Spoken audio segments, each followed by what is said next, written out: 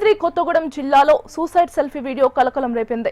భద్రాచలంలో ఒక పంచాయతీ విషయంలో దళిత సంఘాలు తనను వేధిస్తున్నారని నిద్ర మాత్రలు మింగి ఆత్మహత్యకు పాల్పడింది. తన ఆత్మహత్యకు కారణమైన వారిని వదిలిపెట్టవద్దని పోలీసులను కోరింది. ఆత్మహత్య పాల్పడిన ఆమెను స్థానికులు ఆసుపత్రికి తరలించారు. ఈ ఘటనపై పూర్తి స్థాయి విచారణ జరుపుతున్నామని పట్టణ సీఐ నాగరాజు తెలిపారు. మా అమ్మ విషయంలో టెంపుల్లో అమ్మని విరోధం తీసేశారు కదా, ఆ విషయంలో డ్యూటీ పెట్టించడం అని చెప్పేసి సార్తో కూడా రిక్వెస్ట్ చేసుకున్నాం. తనకు తెలియకుండానే నా మీద నా వేరే విషయాలు వ్యక్తిగత విషయాలు మీడియాలో పెట్టిందని చెప్పేసి నా మీద కేసు పెట్టడానికి వస్తే సార్ అరిశారు. అప్పటి నుంచి నా మీద కసి పెట్టుకొని నేను ఏడికేసారికి నన్ను టార్గెట్ చేయడం, వలుగా మాట్లాడడం. ఈమె దళిత సంఘ నాయకురాలు కాదు, ఒక బీసీ అయింది మా మాది జాతి మీద ఇట్లా యుద్ధం చేస్తుందనేసి లేని కొన్ని ఆరోపణలు పుట్టించి నన్ను ఎక్కడ పోతే అక్కడికి టార్గెట్ చేయడం. లోపల దుర్గాప్రసాద్ గారు, నేను మా జిల్లా అధ్యక్షుడు రానయ్యాడు లేకుండా వాళ్ళతో కుంభకైపోయి నన్ను ప్రతిసారి టార్చర్ పెడుతున్నారు. ఆ విషయాన్ని నేను పైకి కూడా చెప్పినా కానీ ఈ విషయం సార్ దగ్గర కూడా ఉన్నది. సార్ నన్ను ఇట్లా అంటున్నారు సార్, నేను బయటకు వెళ్తే నన్ను పోలీసు చంపేస్తారు ఒకసారి అని చెప్తే నేను చూసుకుంటాను వెళ్ళాను సార్ చెప్పారు. సిఐ గారు నాకు ఎప్పుడు ఫేవర్గా ఉన్నారు. అయినా కానీ రాత్రి నాకు ధైర్యం సరిపోలేదు. మా హస్బెండ్ లేదు, ఏం చేస్తారో తెలియదు. ఈ విషయం మీద నేను అందుకే వీడియో పెట్టాల్సి వచ్చింది సార్. ఒక పేద మహిళ నేను డబ్బు ఇచ్చి ఎవరికి నేను కొనలేను, నా దగ్గర డబ్బు ఉన్న స్తోమత కూడా లేని మనిషిని నేను. నేను ఎక్కడ సమస్య ఉంటే అక్కడికి వెళ్తా సార్. ఆ సమస్యను ప్రాబ్లం చేయడానికే నేను నా దగ్గరికి వస్తే చేస్తానని అందరికి ప్రతి ఒక్కరికి నమ్మకం. అట్లానే ఒక మహిళకు అన్యాయం జరిగిందని చెప్పేసి నేను సపోర్టెడ్గా ఉన్నాను. ఆమె నా దగ్గరికి వచ్చింది, నేను ఆమె దగ్గరికి పోలేదు.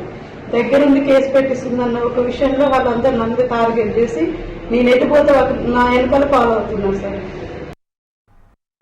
ఆమె ఉద్యమాల్లో చేస్తారు. మహాజన మహిళా సమాఖ్య భద్రాద్రి కొత్తగూడెం జిల్లాలో. అయితే ఆమె ఈరోజు సూసైడ్ చేసుకుంది పొద్దున్నే. ఊర్లో లేను, ఏం జరిగిందో తెలియలేదు. పొద్దున్నే వీడియో చూస్తే జరిగింది విన్నాను. తీసుకొచ్చి గవర్నమెంట్ హాస్పిటల్లో జాయిన్ చేశాను. అయితే ఆమె దగ్గర ఒక కేసు విషయంలో ఒక దళిత సంఘాలన్నీ ఆమె టార్గెట్ చేశాయి. అందులో కేసులో ఉన్న వాళ్ళు ఉన్నారు, బయట తిరిగే వాళ్ళు ఉన్నారు. అందులో ముద్దపిచ్చయ్య, దుర్గాప్రసాద్, బొక్క రాంబాబు ఫ్యామిలీ చేసిన చిరాకు వల్ల ఒక అమ్మాయిని ఆ విషయంలో ఇన్వాల్వ్ అయినందుకు అసలు చేసింది ఏమీ లేదు. ఆ అమ్మాయి వచ్చింది మా ఇంటికి, ఆమె వచ్చి బాధితురాలు వచ్చి చెప్పినందుకు ఎమ్మటెళ్ళి కేసు పెట్టేయడానికి తిరిగింది. దగ్గర 15 రోజుల నుంచి ఆ కేసు విషయంలో తిరిగారు. అయితే ఎవరైతే ఆ బాధితులు ఉన్నారో ఆ అమ్మాయి వల్ల ఆ కేసు అయితే ఎవరుతారో వాళ్ళు సపోర్టెడ్గా వచ్చి కుల సంఘాలు ముద్దపిచ్చయ్య అనే అతను వాళ్ళ బ్యాచ్ తోటి బెదిరిస్తున్నారు.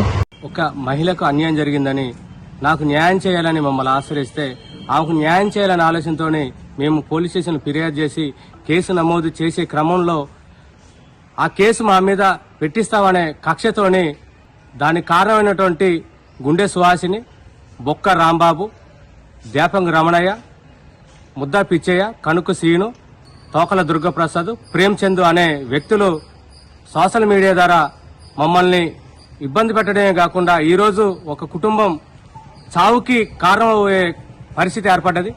మేకల లత అనే మహిళ చనిపోవటానికి ప్రయత్నం చేసిందంటే ప్రధాన కారణం ఈ 6.